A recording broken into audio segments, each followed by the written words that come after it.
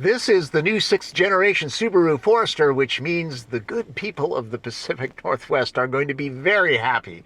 I'm Tom Volk for the Seattle International Auto Show, and for 2025, there are a lot of changes. Most automakers envy the loyalty of Subaru owners. It's not just snowbelters now. The brand is gaining sales traction in the Smile States. There's a new Forester for 2025, which should get the attention of both the flannel shirt and sundress crowd, plus their dogs. It looks familiar and different at the same time. With destination and standard symmetrical all-wheel drive, a base Forester starts at around $31,100. I'm driving a top trim touring model, and as tested, it stickers for $41,400. Now, comparably equipped, that's about the same as a Honda CR-V, a little bit less than the Toyota RAV4, a little bit more than the new Chevy Equinox. Touring is the glamping edition.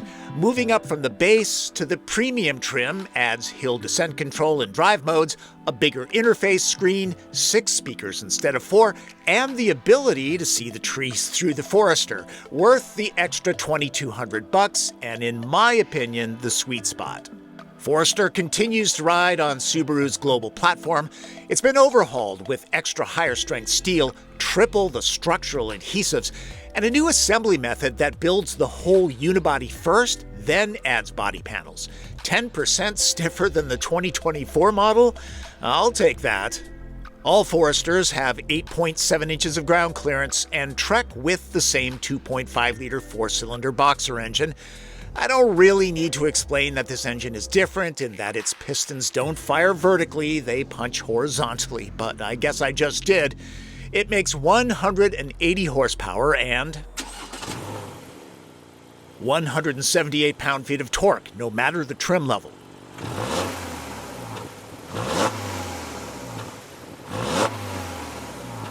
All get the same continuously variable transmission, though starting with the Sport, there are simulated shifts here.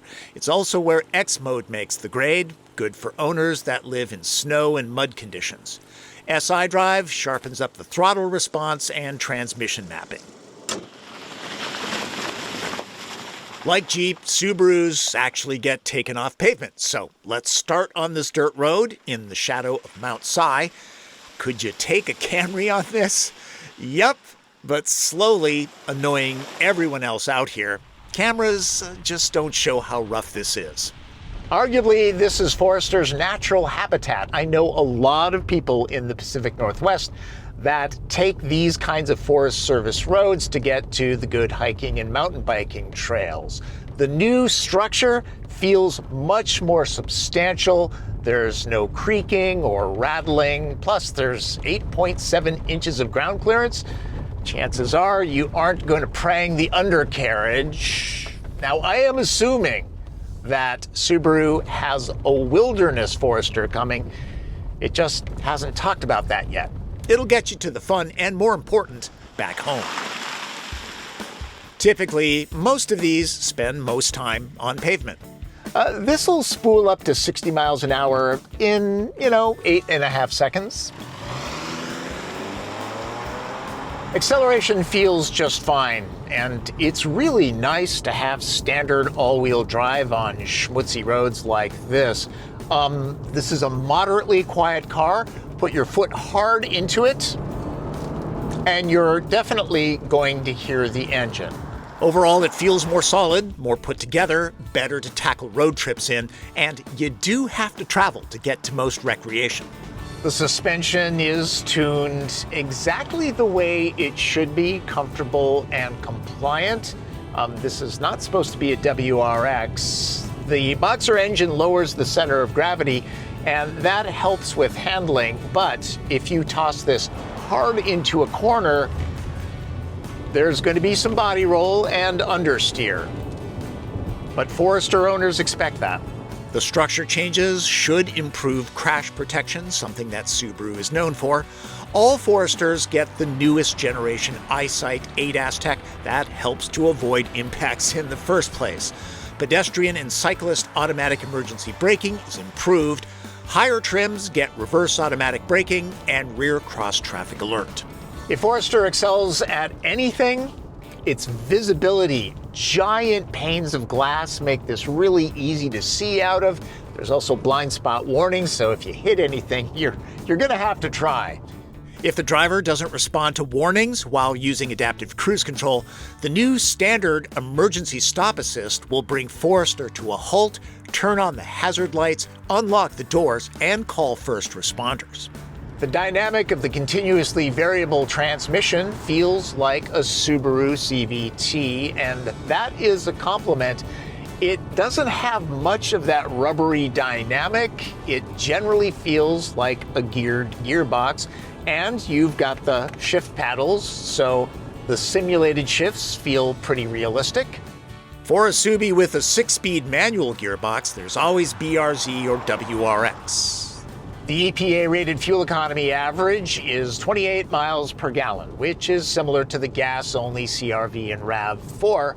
But those two, plus Mazda CX-50, Hyundai Tucson, and Kia Sportage, are also available as a hybrid right now. Forester will be available as a hybrid, but Subaru hasn't said when just yet. I've not seen any other trim levels, but from the looks of the Touring, Subaru has hiked up the ambiance. It's not an air maze trail boot experience, but interesting patterns, good-looking door cards, plus cut and sewn sections elevate the look. There's a heated wheel, plus heated and vented leather seats. The driver's gets power and memory, the passenger's just power. An army of cameras will show hidden boulders or tree stumps ready to scuff the wheels. Whatever your cravings, there's a good amount of storage space for snacks or whatever needs to be stashed away. All but the base model get this big 11.6-inch display. There are some physical buttons and knobs, but the Starlink touchscreen does the heavy lifting. Crisp, bright, and easy to navigate, the response can be laggy, and icons placed down low take eyes off the road.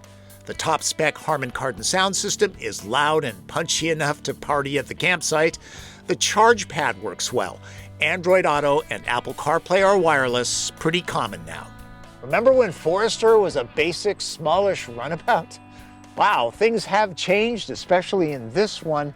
I am 5'9". I have loads of headroom. My Levi's inseam is 32 inches. Leg, knee, and foot room for my size 11s are very generous. These slots are bigger than usual, and there aren't just pockets on both seat backs, there are dual pockets on both seat backs. More than just a nice graphic, this is a footstep for when you're loading things on the roof. I wouldn't expect a separate climate zone in a Forester. Adjustable vents are nice to have, plus heated seats for the outboard positions.